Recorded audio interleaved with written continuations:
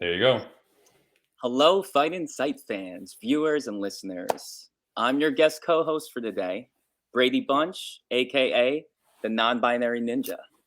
I've been on this show as a guest in the past, and it's an honor to be back as a co-host. I had lots of fun.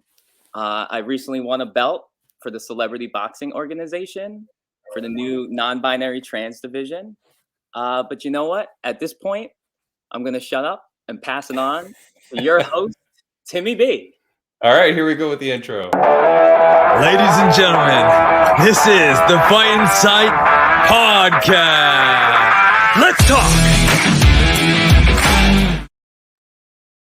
If you recognize it, that is Brian Bam Bam Barberena, who does my intro now. So thanks to Bam Bam. Our guest today, he's a fighter in the UFC's middleweight division who fights in just a few weeks with Bam Bam at UFC Thompson versus Holland on December 3rd in Orlando, Florida. He's a former college and professional football player. The man has the greatest nickname in all of professional sports, has fought legends like Lyoto Machida and Johnny Lawrence, and today makes his Fight in Sight debut. Ladies and gentlemen, please welcome to the podcast, ya boy, Eryk Anders.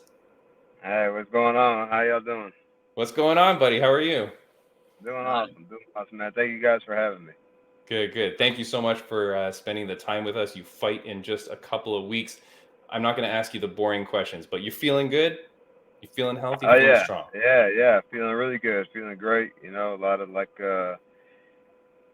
mental clarity, like physically good. So, yeah, ready to rock and roll. Nice, buddy. I hate it when people cheat in sports or in fights. One of the last guys that you fought, he squirted chili pepper in your eye to get the better of you. Johnny Lawrence on Cobra Kai.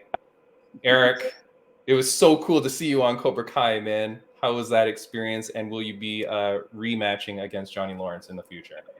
Man, yeah, Johnny gonna have to see me throw these hands when he see me again. You know, when he ain't got a son there to help him out. So, yeah, dude, it was a super cool experience. You know, I really didn't know like how the acting thing worked, or you know how they film stuff, and I have like a new appreciation for actors and actresses, because man, that little bit that I was in, that's 24 hours of filming, you know, and probably even more time of like editing and stuff. So man, we trained that fighting sequence for like a week, and then when it came down to do it, they were like, okay, we're not doing any of that stuff. We're going to do it like this. So, dude, I must have fought Johnny Lawrence 100 times. And then when you finally get it right, they make you do it again and switch the camera angles. Yeah. So they can get like different scenes and like, you know, whoever's talking in their face talking or whatever. So, yeah, it's probably maybe 2 minutes of stuff, of like actual stuff that made it to the show. But it took 24 hours to film those two scenes. So, That's yeah. awesome. That's awesome, man. Well, congratulations. I mean, it was cool, man. And hey, that show keeps going. So, I mean, they could bring Vicente back, right? That was your name, Vicente, in the show? Yeah. They need to. I need to work on my Spanish, but outside of that, yeah, I would definitely like a rematch with the old Johnny. Yeah, get in there, man. That was awesome. Transitioning to actual MMA, we've talked about it on this show a few times. I'm sick of people getting warnings for holding the fence, for, you know, blatant fouls. No more warnings, Eryk. Do you agree with that? Just give the penalty right away. Take the point. No, just because, like, man, a lot of stuff is happening in there. So, like, just in the spur of the moment, like, you may not, like, intentionally do it. But, however, I do think, like, say I was going to take you down and you grab the fence, like, they should award me the takedown. Or vice versa. Like, if someone's taking me down, I grab the fence. Whether they would have finished the takedown or not, we never know. But, you know, you should just, you know, assume that I grabbed the fence because I was going down or whatever. So the offensive person should be awarded the takedown, I think. Wait, you mean award them the takedown on the scorecards, or you mean like actually stop the action and put them on the ground? Yeah, that. Oh, that might be worse. That's where the fight was going anyways. That's why you grabbed the fence, because I had you off balance. I had you on the way to the ground, and you grab the fence. Why else would you grab the fence? You know, Uh, maybe to like get up or whatever, but like, okay, so that should be a warning. Like, I'm trying to get up, so I grab the fence to help me get up.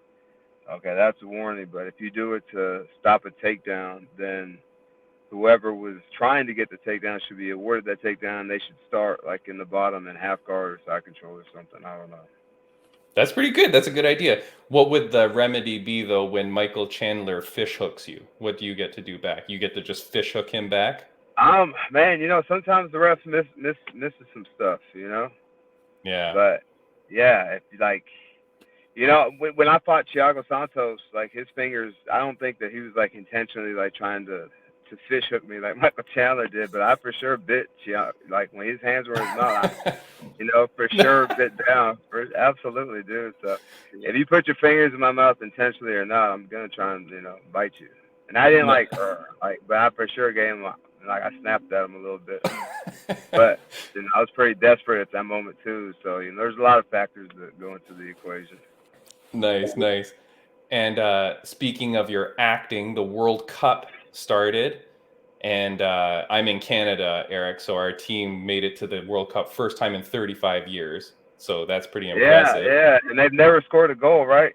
Never. We missed a penalty shot today. I saw that. It was supposed to be your first ever goal, right? In the World Cup. I mean, any other country, and that guy would be murdered tomorrow. You know what I mean? Fumbled the bag, yeah. Yeah, you Canadians are really nice. So y'all probably give a pat on the back, telling you get them next time, buddy. Good try. Here's some maple syrup. You'll get them next Yeah. time. Speaking of acting, though, how tough is it for you to watch soccer and see guys like fall and cry when they get touched on their shoulder? Meanwhile, true warriors like you are eating leg kicks and not even flinching. Man, you know, they're just playing to the game, you know, trying to get penalty kicks, trying to get the ball back or whatever. I equate it to the same thing as like in basketball when guys like pump fake and jump into the defender to draw the foul. You know, it's kind of the same thing. So yeah, you know, these guys are out there trying to play for their country and you know, the pride of your country. Like you win the World Cup, you're a hero for a while, you know. So yeah. But I couldn't see Eryk Anders taking a dive on a soccer field. You know what I mean? I feel like there's no way you're doing that. Well, dude, if I do that in fighting, then the fight's over. But you know, I'm not gonna sit here and say I wouldn't do that if it wouldn't benefit my team or, you know, whatever. If it gave us the ball back or I got a penalty kick out of it, you know, yeah, sure, why not? You know, we've had fighters on the podcast. It's so funny. The last 2 weeks we had Jake Matthews from Australia on the podcast, and he talked about, he was famous, well, not famous, but he was getting a lot of interest on Twitter because he posted about how UFC fighter pay is good. Don't complain about fighter pay. You just got to work hard. And so we had him on the podcast and he talked about that. And then last week we had Mike Davis on the podcast, Beast Boy Mike Davis, and he was saying, hey man, on my time off, I just play video games. I'm happy with the money I make, and I just do that. He doesn't seem to be like grinding hard for money like Jake was, so it was very conflicting. But you, my friend, I gotta ask you, you have an OnlyFans. Yeah. Right? They sponsored me for a grappling tournament I did, so it's not like I'm not, you know, they paid me up front. It's not like I'm making a bunch of money off of like the content that I put out. It's just like workout videos and, you know, things like that, you know. But are you still doing that now? Yeah. Nice. Okay. And so, hey man, I've only had one other fighter that was on OnlyFans, and I realized after that it was extremely sexual. So it can be. Yeah. Well, I thought the same thing. I was like what kind of content are you guys looking for? Are you looking for pornos or what? You know, and they were like, no, you know, we just want, you know, content, you know, workout videos, training videos, how-to videos or whatever. I was like, all right, cool, I could do that. You know, I'm not, you know. I saw that Chris Cyborg. I'm not Ron Jeremy or nothing like that, so, you know, I don't think it'd be a good look for me to be doing all that. I know that Cyborg even jumped to OnlyFans, but the more so the way you're talking about, where she had to let her fans know nothing sexual, another way to make money, another platform. So Yeah. that's the future. So Yeah, are and- you okay? But so how do so okay? But for those listening and watching the podcast, how do people subscribe to you? What is your like? Do they just look up Eryk Anders on OnlyFans? Yeah, I keep it simple, man. All my handles are just my name. I don't do all these, like crazy handles or whatever. I just keep it simple and All right. yeah. And so do you? I mean, I know that on OnlyFans, the idea is that like you interact with the fans and you like do things back. Is that what you're doing? Yeah. Like people send me messages, and I didn't realize there was such a market for feet pictures, So, Interesting. yeah. So it's like, well, y'all want to see my feet, dude? My feet are all scarred up. Well, actually, Mark. are your feet on Wiki Feet?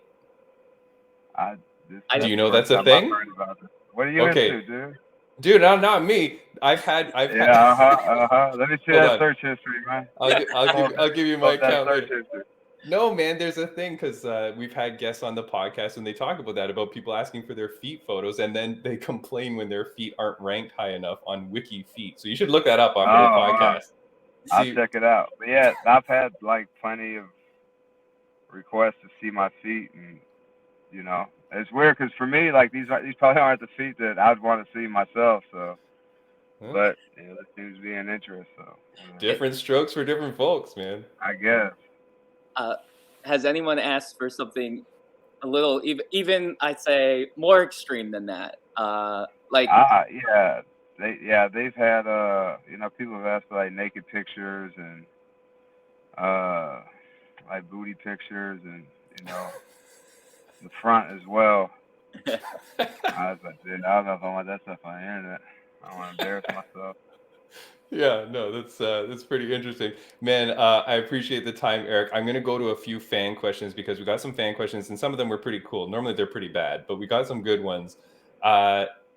EDM playlist curator says, if Eryk could pick one potential retired legend from the past to fight him, who would it be and why?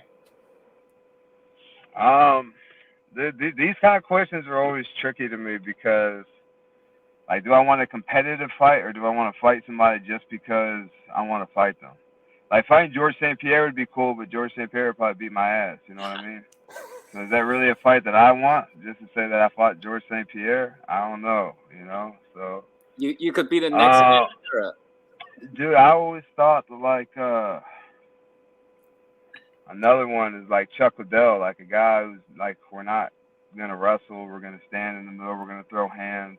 I really, and I've hung out with Chuck, and like he's a really great guy, but I just always thought that would be a fun fight. Nice. Him and I. But like I said, like, do I really want to fight a guy who's probably gonna beat me up? Or I think you and Chuck, that would have been a great fight when he was in his prime. And I say like we're not gonna wrestle, but I be very honest, I'm probably gonna shoot on Chuck at some point. I grab his legs at some point. Eryk, you're so funny, man. You're such a real guy. Anytime I hear your interviews and see them, you're just such a real honest guy. Miami Jeweler 85 says, what can affect you mentally on fight day, all else in training camp having been 100%? What could affect you mentally, and positive or negative? First of all, I know Miami Jeweler. What's up, Daniel? I don't know. Probably the worst fight I ever had was with Khalil Roundtree. My kids were really young, and I was trying to be super dad, and I brought them to the weigh-ins, and they were in the hotel with me on fight day, and dude, they were just they're rambunctious kids, man. I think they may have been like 7 and 5 or whatever. So I was trying to take a nap, and they're over there fucking tearing up the wall and ripping down curtains, and just like it was like two cats in a sack, dude. They're just like wrestling around all the time. Yeah, I get mad and like yell out and tell and so it just kind of ruined my mood. So and then subsequently I went out there and got thrashed. So yeah, I like to be by myself, you know. So like maybe if I'm around people, I like, you know, it just kind of takes away from like what I'm thinking about and like trying to prepare and run through the checklist before the fight. You know, like how do I feel? What am I thinking about? Um, you know, stretching out, moving around. You know, when I'm around people, like say I can't do all that stuff because I have to like entertain Yeah, people. yeah. You know what I mean? So ever since then, man, I left the kids at home or you know, had somebody else like watch them or take care of them, you know, on fight day when they come to fight. So, Nice. I would probably say like the energy of other people that you're around or whatever, you know. Yeah, yeah, for sure. And then, yeah, no, go ahead. I was just saying, cause man, you know, like fight day, the hay is in the barn, like the work is done. Man, you just at that point it's just time to show up. But if you have like, you know, shit going on during the day, like you know, you're trying to do all this other stuff and you know, whatever. Like that's probably the day you have to be the most focused on the fight itself, you know. So I just kind of stay by myself now. Yeah, for sure. And on your Instagram, is it your son that's doing the wrestling? Is that sometimes you're Yeah, putting yeah, videos? Nice, yeah. man. It's my oldest. Yeah, Congrats, he's a man. That's beast, awesome. man. You know, yeah, I think he's at like a little bit of a disadvantage because you know he plays seasonal sports, like so you know he'll play like football in the fall, wrestle in the winter, track and field in the spring, and then you know, he's got summer workouts, and I make him do like boxing and MMA and jujitsu and stuff during the summer just to, you know, stay in shape or whatever. And a lot of these other kids, they wrestle year round. So I told him, I was like, dude, you're probably going to be at a skill disadvantage, you know. But one thing you can control is like how hard you work, how hard you train, and how hard you wrestle. So, you know, those videos I posted, just him like getting after it, you know, just go, go, go, go nonstop, and you know, I think that's the way you have to do it. No, that's awesome, man. And that's great, man. The kids are going to grow up, they're going to have all different skills. And sometimes it's good to take a break from one sport and focus on another. It gives your body some time to relax and sometimes you come back refreshed. So if anyone Well, knows how yeah, to transition sports, it's you. Yes. well, I just want, and I got two of them. The other one plays basketball in the winter, but I just want them to like try everything, you know, and see what you got. He's like, man, you may not have even known, you know, you were good at basketball, wrestling, or football, or whatever it is that they play. But now look, like my youngest, this was his first year playing tackle football, and he hated it at the beginning. But then towards the end, when he actually learned how to play football, how to tackle, how to run, and you know, do all that stuff, he's like, oh, I like it. And I was like, oh, you see, man, you know. There you go. Eryk, man, you are on I think this is the greatest card of the year. I'm not going to lie. I think the December 3rd card is stacked from early prelims to the main event. I feel like this is a card full of fan favorites and fan favorite fighters, you being, of course, a main one of them. Eryk, all the best to you, man, on December 3rd. Congratulations. Before I let you go, is there anything that you want to say to fans, friends, and viewers of the podcast? Man, just man, thank you everybody for your love and support, man. It doesn't go unnoticed. Like I can't like thank every person individually, but you know, collectively, like thank you. It means a lot, you know. And yeah, make sure you tune in December 3rd. You know, try to put this guy's lights out. You know, so if you see me fight, you know how I fight and how I like to fight. And you know, December 3rd won't be any different. Yeah, man, it's going to be amazing. So on the screen, for those that are only listening on audio, it's at Eryk Anders, ERYK Anders. Go follow him. Check out his OnlyFans. Get some free feet pics. Those are up. And Eryk, last question. Your favorite podcast that you've ever been on, Joe Rogan or the Fight Insight podcast? Ah, man, it's a close one, man. It's a tie. It's a tie. It's tough. It's tough, man. Hey, you've done a great Super job. interesting. You've done a great job on that podcast, man. I love that interview, guys. Go check it out. Eryk Anders on the Joe Rogan Experience. That was amazing. Eryk, you're the greatest, man. Braydbunch. Would it be too much for me to ask one quick question? Go for it. Go for it. All right. I'm a musician and I'm nowhere like you, but I do compete in some of the martial arts, got back into it. I know I have my like routines to get ready for whatever it is. do you listen to music before a match? And if so, like, what's your go-to get pumped up music, I guess? Not really. I listen to music when I run. And I listen to like house, like EDM, like techno, I guess. Just because, like growing up, like music, like the lyrics were great. Like I love the lyrics and the songs and the stories they told. But as of late, like I think the music kind of sucks now, you know. Like lyrically, like now if I find myself listening to music and I just find myself listening to the beat because I don't like the words, you know what I mean? So I was like, why don't I just listen to music without words? And yeah, and it's usually faster, has a higher pace. So when you're running, like, you know, I guess you subconsciously try to keep up with the beat, you know. So it kind of helps me run a little bit faster too, because I'm a turtle. You know what? I relate to all you said, and thank you for that answer. Yeah, absolutely. Thank you for having me.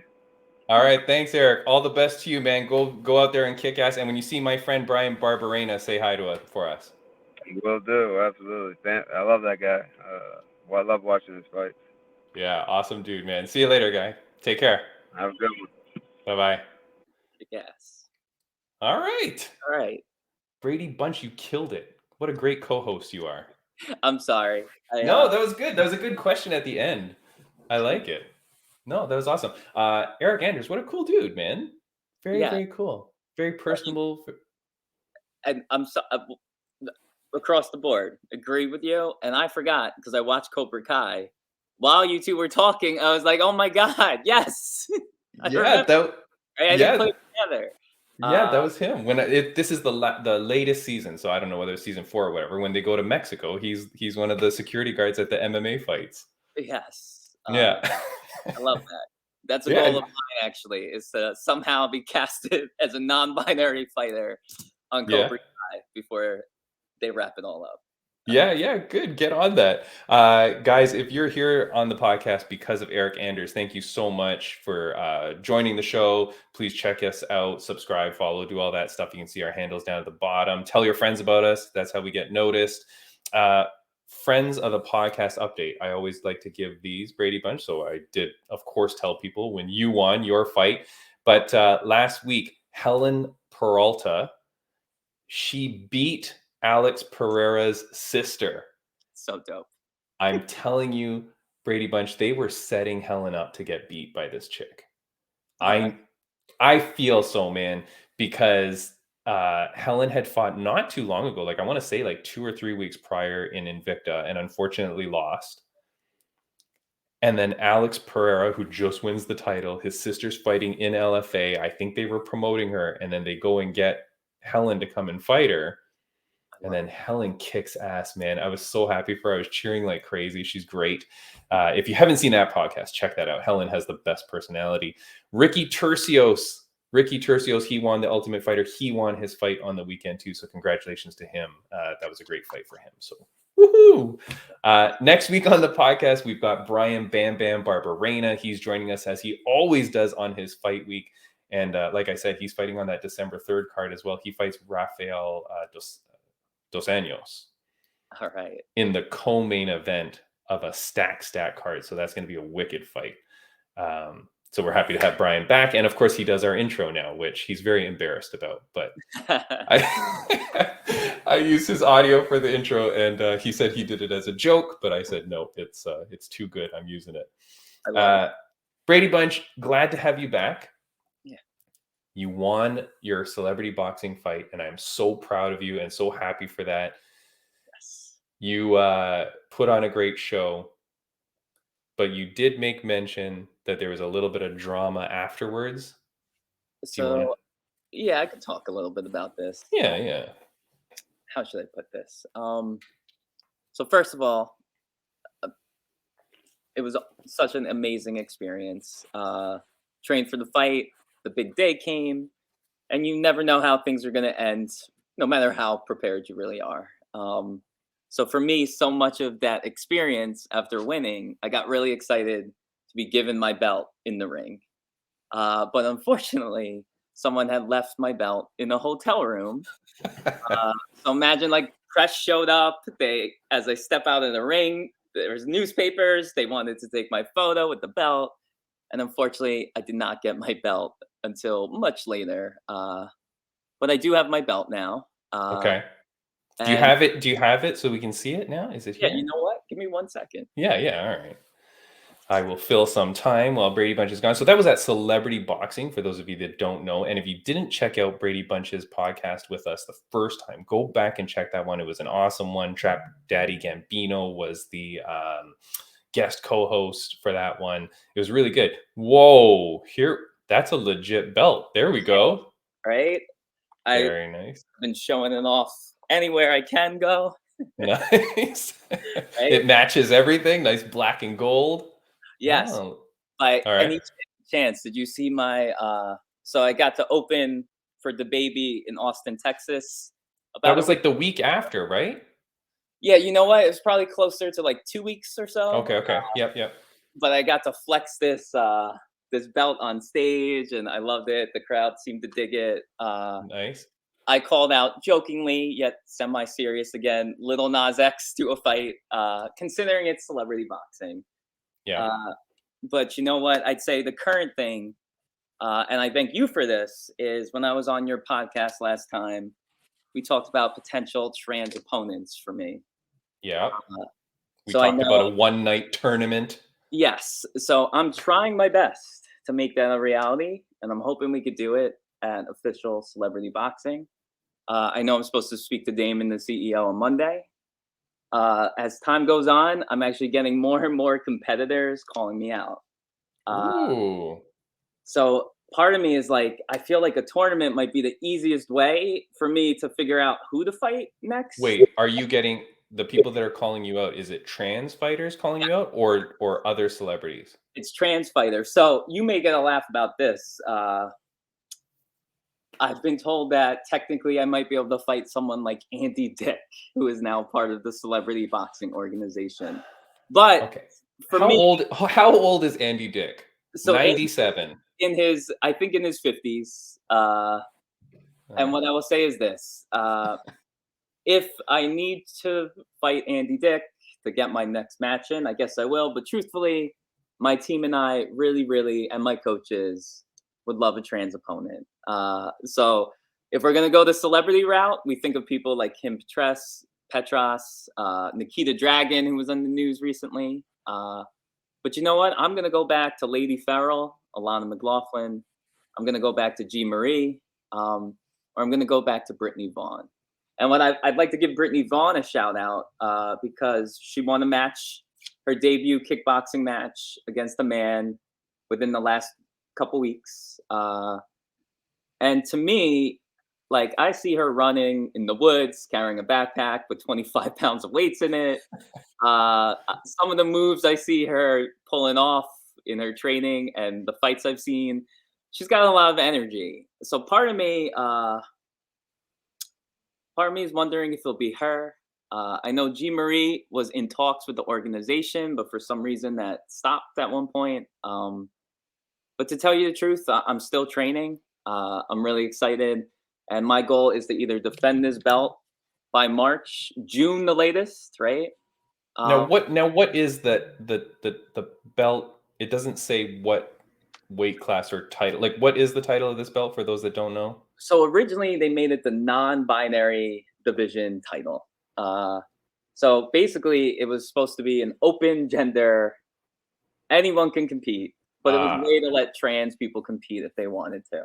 Mm-hmm. But what the idea is turning this into the full like non-binary trans division belt, where I ideally would love to have an actual trans division full of just trans athletes. And I think that's what these other athletes are calling for. Yeah. Unfortunately, you know, the feedback I get, because I now, believe it or not, have like a PR team. Of course you do. We've been getting a lot of feedback back. Unfortunately, how do I put this? It seems to me that the media doesn't really want to support trans women fighting trans women. And it seems that many of these outlets would rather cover Alana McLaughlin fighting cisgender athletes than give me and these other girls any time of day. Hold on. You're saying they'd rather watch Alana McLaughlin murder a woman? So Like a cisgender woman? yes, meaning the same. Yeah, that's because they want drama shit that they want because they know that's clickbait. See, but no, it's interesting. It goes both ways. So you would think like, yes, some of the clickbaity ones, but even the big LGBT media, we don't fit into the message. Oh, I see. Okay. So part of my frustration is I hope I can make enough noise where we start getting more press about this. Right. And so, yeah, so this is actually, I was talking to Damon about, can I get this modified so people know it's the trans belt? So I love that you asked that. And yeah, I also know that part of the reason I wanted to talk to Damon, I'm sorry if I'm a little all over the place. No. But did you hear about the Roy Jones Jr. fight against NDO champ, this bodybuilder? Okay, hold on. Let's talk about that for a second. I didn't know we were going to go there. All right. When Roy Jones Jr. fought Mike Tyson, that was like 2 years ago, right? Or whatever that was. Did you watch that fight? You know what? I only read about it. And okay. And from what I've heard and read, I think I know where you may be going. Wait, okay. Take a guess where I'm going with this. That if Roy shows up in the state that Roy was in for that match, Roy might actually have a bit of a struggle with a beast like NDO. He will die. Yeah. I think so we're on the same page. I think that Mike Tyson 100% took it easy on him once Mike realized how they were. Like once Mike realized how he was performing, Mike totally laid off, right? And I could see it and you could know. I think I have no clue who this NDO champ guy is, aside from that he looks like 5 Kimbo slices put together. Like he's a massive human being. I don't know that guy is going to understand to lay off. You know what? And if he tees off, I would be very scared. I don't like that fight at all. So that, what's so interesting? I'd say the thing about the celebrity boxing organization that makes it even crazier than some of these other organizations, it's the matchmaking. Yes, it gets a little wacky. And I guess so part of me, I'm looking at this fight a bit like you, but I'm also looking at it. So I heard the same thing that you heard, that like clearly Mike Tyson, he's still closer to who he was than Roy. And if anything, it looked like a playful sparring session. Yeah. And I assume once Mike realized, right? And I believe Mike is not the hungry killer he used to be either, right? He's the nicest dude. First of all, do you watch Mike Tyson Mysteries on Netflix, or did you ever watch that cartoon? No, but I should. That is the best cartoon. Okay, so after this podcast, go watch that show, or for anybody listening, that show is freaking hilarious.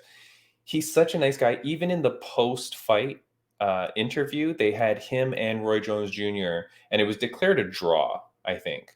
Yeah. And they're interviewing both of them, and Mike Tyson is jovial, and he's laughing. He's like, oh, that was a great fight. And he's being really kind and complimentary, like not the killer we knew him as when he was Iron Mike, And at one point, the commentator, I remember this so clear, the commentator was saying to Roy Jones Jr., oh, were you worried out there, blah, blah, something like that. And then Mike Tyson goes, what about me? I could have been badly hurt. I was nervous. Like, he was so kind about the whole thing. He was never in danger of that fight. But he was so kind. It was, totally playing that off. But this NDO champ, if this guy goes in with the same kind of energy and ferocity that you see in the celebrity boxing posts and stuff like that, something better be like prepared to help if something goes bad. And I would hate to see a legend like that go out like that for something like this, So you know what? So here's the thing. I agree with you in so many ways. I'm really curious to see what does happen, because one is I'm wondering if that whole experience with Tyson kind of got Roy like woken up a bit about conditioning, whatever. Furthermore, keep in mind, these aren't full boxing rounds. It's not a full boxing match. But you're right in the sense that what my fear is someone like NDO, who would probably gas out in a full boxing match eventually, carrying all that muscle mass. Yeah. he's gonna have probably more than enough power and stamina to just be wailing power shots for those short, brief amounts of time. And that's where you're right. I am a little worried for Roy. Yet, guess what? I think I might still put my faith in Roy. Yeah, for some reason, We 'cause can you know, I think you get this too. we can have a bet if you want. We can do a side bet. All right, I'm down. But Right? you know, I don't know. I look, if it's real, that's one question, right? Like if they're That's true, not too. if they're not going over to NDO on the side and going, hey, look, you're not gonna kill this guy, right? You're gonna, you know, if they're Yes. not doing that and it's real, I do worry. I mean, that guy could like literally flex his chest and it would create like headgear for him. Like the guy is massive. He wouldn't even have to put his hands up. He just like goes like this and like he's essentially like immune, you know? And you know what? I met NDO Champ in person actually at my first celebrity boxing event before I ever boxed. And yes, in person, like he's one of those people just as like sometimes you meet someone in person. Like for example, I heard Liver King is only like 5'3", right? Yes, I heard that. Yeah. But when you meet NDO, not the tallest, but definitely not the meaning at least my height, I'd say, and just built. Like, Now why is NDO Champ famous? What is he famous for? so you know what? I believe if I have the story correct, and from what I followed, is bodybuilder, I think Nigerian based. I have a feeling got like a nice start, maybe first overseas, not sure. But he's part of like a small circle of these bodybuilders that represent, I guess, NDO. I've seen it on a few other people. I think he's won some shows. He had some hype. Okay. His big thing, he's broken out on social media pretty well. So Yeah. he's like, he'll pop up in rappers clips, famous rappers clips. Okay. A lot of it was he was known for the bodybuilding and then jumped into like the influencer deals. Okay. All right. Actually, that going to that, I was surprised. So Eryk Anders is saying like OnlyFans reached out to him to sponsor him in it. So it wasn't like he went to go, oh, I'm going to start an OnlyFans. So they sponsored him to do it. So that was interesting. And you know what? I saw Cyborg on Facebook, going back to like what I was trying to mention, posting about it. And now you have me wondering if OnlyFans maybe behind the scenes is making deals like this with all UFC fighters. Yeah.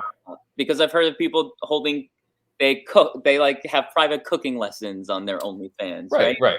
It can be anything. Can be anything. Although we know what it normally is, we're Used thinking for it's going to be. Yes. Look, I'm putting this out there, if OnlyFans wants a podcast on OnlyFans, I will sell out in a heartbeat. I hope you're listening, OF.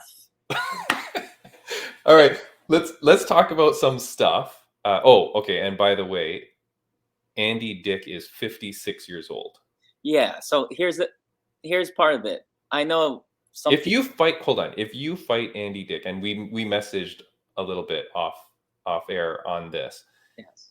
I don't mind you fighting Andy Dick, but it has to be just like a tiny detour in your fighting career. Like it's like you said, it's just something to quickly get your name out there. And then like in a few weeks, you're fighting again. I feel like this guy would pose zero danger to you. Yes. Now, mind you, anybody can get clipped at any time. Yes. But in reality, I don't see this dude taking any training seriously, showing up for the fight on time. Like, I don't know. He just doesn't give me the sense. So I don't mind you do it, but I don't want you to turn into like a gimmick fighter, you know? And so part of the problem with the organization that I love you, Damon, and everyone, but I've been trying to explain to them, I have a brand that's kind of outside of just celebrity boxing, but this grabbed my heart. And I'm all about this now.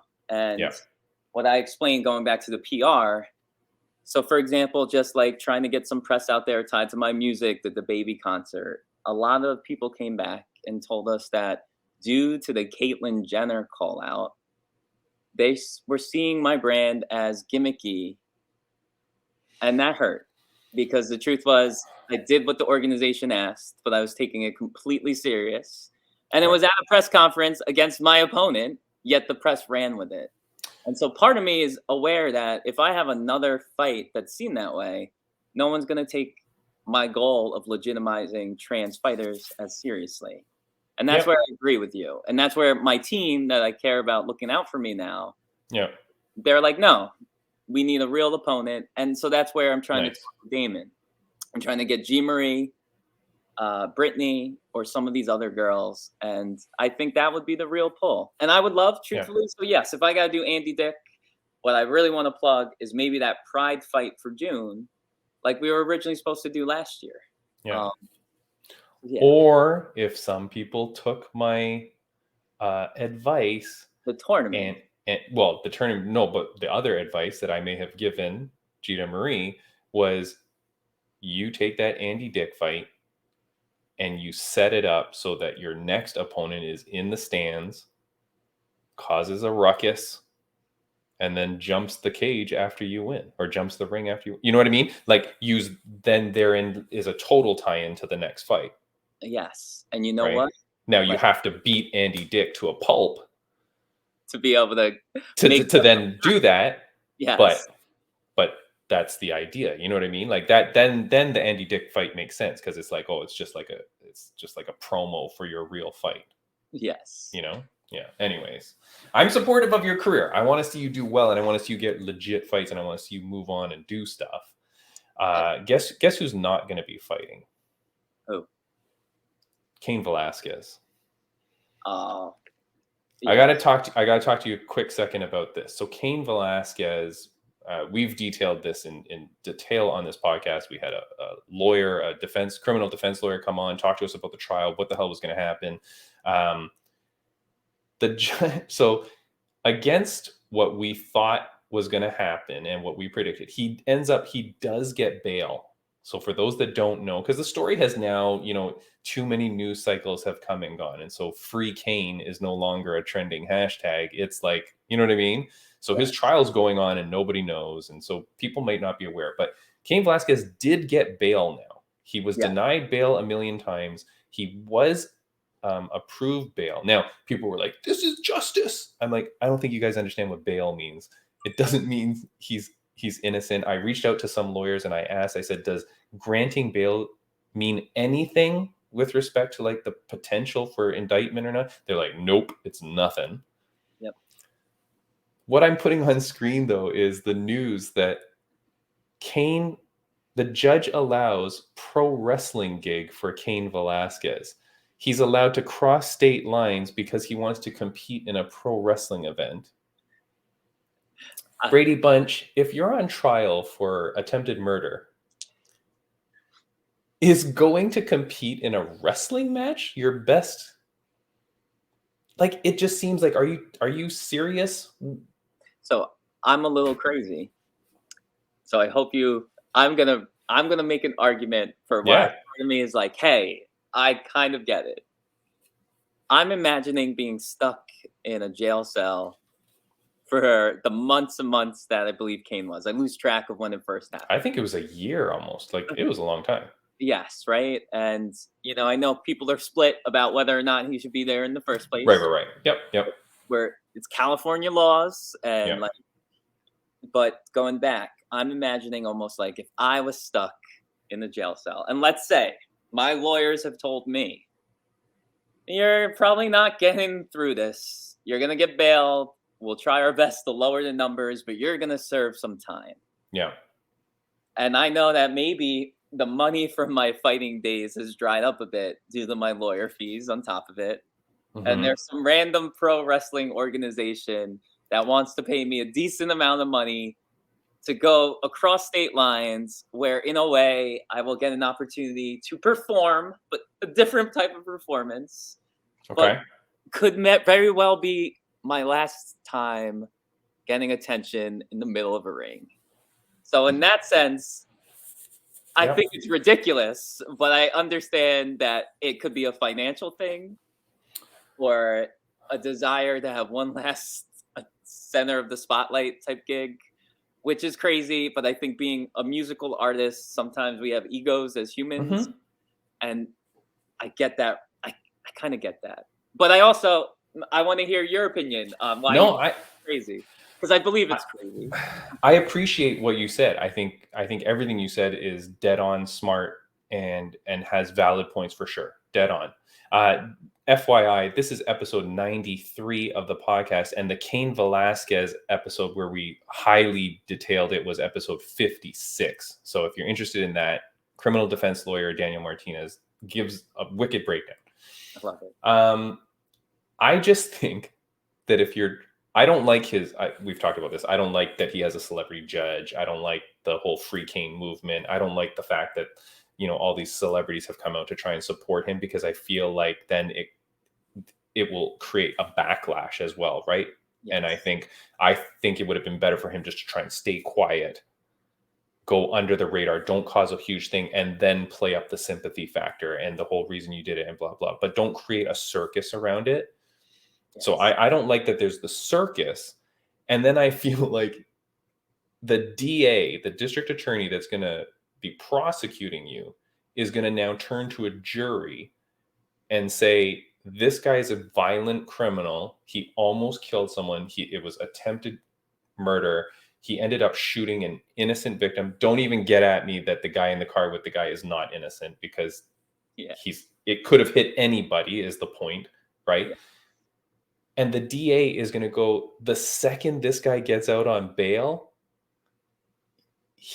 it's not that he's just spending time with his family. He's crossing state borders to go and wrestle, which is essentially like a physical, violent activity. I know it's acting, blah, blah, blah, whatever, sports entertainment. Yes. But like, that's what he chooses to do. That shows his character. That shows who he is. He's a guy that just wants to fight, because obviously he couldn't get a sanctioned real fight. You know what I mean? Yes. Because, I'm sure that's not going to happen. But so the minute this guy gets out, this is what he's doing. I feel like that's definitely the district attorney is going to use that as a reason to get you more time, or to show that you're not sympathetic for the issue. Like, I don't like it. You know what? You putting it. So so there was two parts of me, the reasonable, logical side, and then like the crazier entertainer side, right? Your choice makes so much more sense. No, I don't know. The money thing, of course. Maybe the money thing. Maybe the money's a problem. Maybe he needs to do it. Maybe. And like you said, you're an entertainer. You're an athlete. You want to be in the spotlight. You want to do stuff. But it's just like, I don't know, man. I don't know. I see both sides 100%. I'm definitely in the minority from when I'm saying it. Like when I comment this online, I get blown to bits by people, right? They think I'm a total asshole. But so I don't think a lot of people see it my way. I worry that the DA will see it my way, and I worry that the jury will see it my way. And the way I look at it too, from what I've read and know, it sounds to me like it's pretty stacked against him anyway. Yeah. Yeah. Anyways, so, episode 56. Go watch it, people. Okay. Braydbunch, you bring a lot of people to the podcast, and I appreciate you so much. Man, people love you. People love you. I'm still responding to people's comments about how much they loved your last episode. So I appreciate you coming on so much. When we spoke the last time, we talked about you being at a real gym and about you being at Muay Thai gyms, and you told me you're now at a BJJ place and a boxing gym, and you're taking your training really seriously. Yes. We've talked on the podcast a few times and recently about certain gyms that go on losing streaks. Yes. And I was saying that there was one MMA gym, which I'm not going to mention because I just don't like continually saying it, but there's a professional MMA gym that loses a lot. Yes. And after doing very well, if I'm thinking of after doing well, being in they've lost a lot. Like I think I was looking at some of their people, they were 0-12 combined. You know what I mean? And one of them just got kicked out of the UFC after the third straight loss. Another at the last UFC event, again, another loss. And I'm just, man, I just want to say that because some may call me a mystic, pretty much. I don't know. Some may call me a mystic, but I'm just saying that gym is having hard times.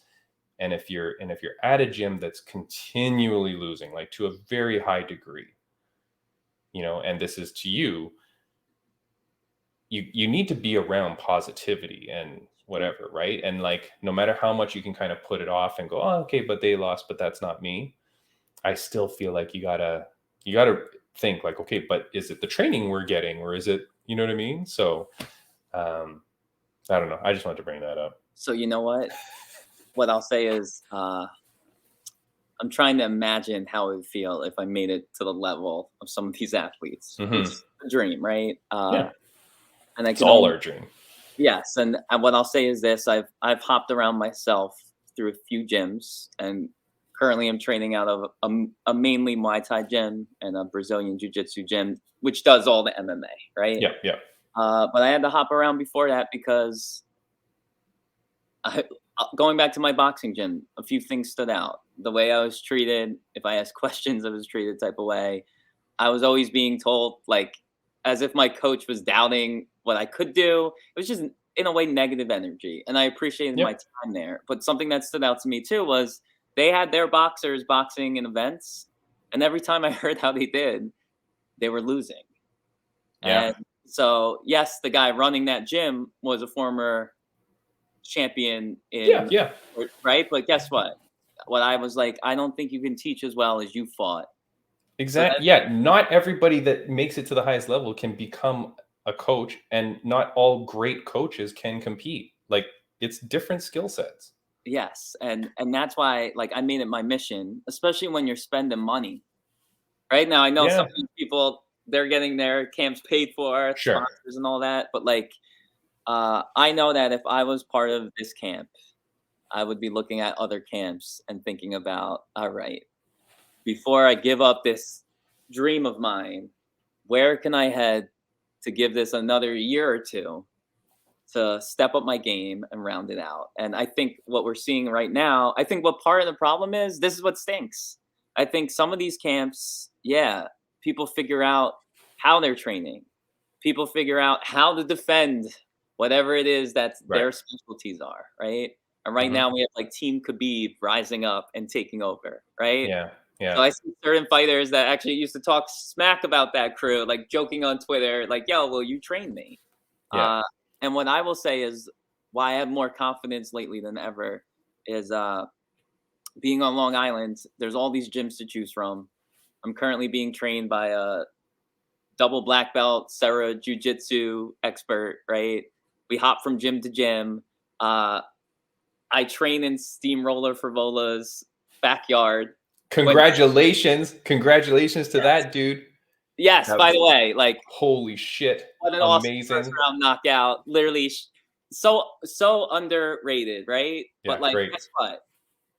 Watching him fight, right? Watching him win, and knowing that my coach is training with all of his circle, that gives me confidence, Mhm. right? And that's where it's like, if I was working with a team that had lots of losses, I wouldn't be as confident. Yeah. So I feel like I'm blabbering a bit. But yeah, no, it's yeah. I'm curious to see that some of these camps, what will happen to them, right? Will they bounce back? Yeah.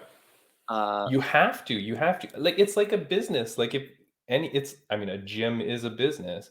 And the reason why I kind of also brought it up, not just to gloat because I'm psychic, but because sometimes I listen to my podcast back and I realize that sometimes I may not have heard everything that the guest is saying or my co-host is saying. Like, sometimes it's hard, right? Because you're sometimes I'm clicking other things and I'm thinking about the next subject and I'm almost going on autopilot.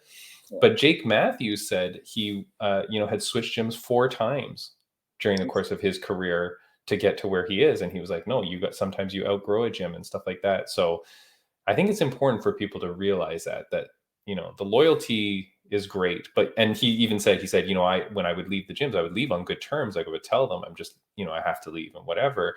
And you hope that everyone's mature about it. But it's just something you got to watch out for. But I'm very happy that you're at good gyms and that you're finding good people, because that's so important. You don't post a lot with your gyms, though. You don't post a lot of your training stuff or your training people, right? Yeah, you know what? So how do I put this? Ironically, this goes back to the boxing coach. I remember Celebrity Boxing wanted lots of training videos, right? And I remember my boxing coach being like, no, you're still learning. And the last thing you want is anything out there showing people like a weakness you might have or a strength you think you have in the moment. But I knew that I had to show a little bit of something. Part of it too is also, I'll put this, my Brazilian Jiu-Jitsu squad that I've been training with the last few months. We do film a lot and we take pictures. It's just, I'm such a, in a way, a perfectionist. Yeah. And it's like, so I know a lot of them will like take videos of us training together and they will actually post it in their stories. And I know a lot of times they want me to share it. Yeah. And sometimes I look at it and whether it's like physically I look like shit, B, that kick looked weak as hell, right? Yeah. Yeah.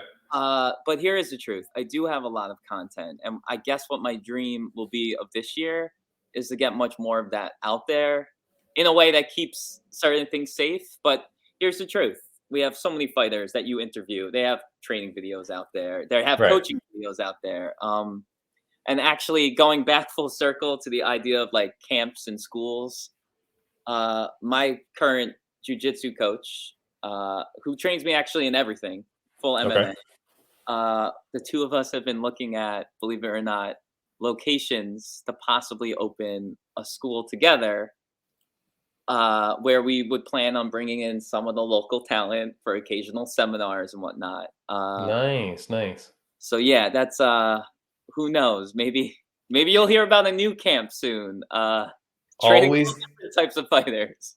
always the entrepreneur, Braydbunch. Like from music to fighting to now owning a school. I mean, you do it all. And guess what? So part of this was me and this coach were like, yo, it would be more like a club where we're talking about maybe getting a warehouse. This section is like the CrossFit workout area. You got the jiu-jitsu stuff over here. Over here is the podcast studio. Over here is a recording studio, right? Nice. But who knows? This is just a crazy dream at the moment. So we'll see. No, that's awesome. We're coming up on time. Is there anything that we didn't touch upon that you definitely wanted to get out? I know I've touched on like almost all the different things I wanted to and probably more. So I'm good. How are you feeling? You know what? I feel pretty good. What I'm going to do is quickly plug myself. You know, I'm hoping I get to defend this belt against a trans opponent ASAP. And I hope I win, clearly, right? Obviously. But also being a musician, I'm really excited because I'm working on my debut rock album, right? So I'm going a whole different direction. I've got some legends helping me make it. And truthfully, why I'm excited for this is what I've been branding it as is fight music. And part of the reason why I asked Eryk that question is sometimes I imagine how cool would it be if like I can make a walkout song for a UFC legend or something like that, right? Where it's a song about them, for them, it pumps people up. And so that's kind of why I'm headed to like the almost Limp Bizkit-y type sound. And to tell you the truth, people are talking about me going on a European tour if I do well enough with this album. So that's part of the reason why I want to have this fight, right? Or a few before all of that happens. And you know what? If there was one question I would have loved to talk to Eryk about, it's the weight cutting. Because I watched some videos on him. Ooh, he cuts a lot of weight. Yeah, and so the one thing I'll say is I think I learned some things from Eryk. So I really appreciate being here because it allowed me to go study Eryk, who I've watched for a while, right? Yeah, of course. But you know what? I learned some things about what he learned from weight cutting. And so actually what I'm just going to say is thank you, Eryk. I wish I could have asked you some questions about that. Thank you, Timmy B. I hope I could be back on in the future. Of course. You're my favorite podcast. You are one of my two favorite podcasts, I will have to say. I'm gonna edit that part out. All right. I don't want the others to hate me, right? But No, of course. Every time you treat me well, I know a lot of my fans love you. And I'm really excited to share what's next. Yeah, I'm excited. I'm honored that you're here. You know, you were a very great guest the first time. I'm so glad that you could come and co-host because, as you know, I've been changing up co-hosts and trying to figure this whole thing out. So you were very gracious with your time. I appreciate it. Eryk Anders said that I was a tie with Joe Rogan. So yes, I could essentially quit now and I'll be happy for the rest of my life. So that's pretty good. What else? Okay, so next, well, like I said, next week we're gonna have Bam Bam Barberena on the card on the show before his fight. I do want to give a shout out to New York podcast network, Rage Works Podcast Network. Those are the guys that I am on that podcast network. So check them out at rageworksnetwork.com for a whole bunch of podcasts that are very cool things. And yeah, I think that's about it. Oh, do you have a little? There you go. Just wanted to say hi quick. That's What's Snickers. Snickers? Hello, Snickers. Guys, thanks for joining the podcast. Like I said, as always, follow us. Follow Braydbunch at Braydbunch, BRAYD Bunch. Follow Braydbunch and follow us at Fight Insight Podcast. Braydbunch, it was such a pleasure. Thank you so much. I really appreciate it. All the best to you in your next fight. And we'll chat offline and on air again. Without a doubt. It was an honor. Have a good one. Thank you. See ya.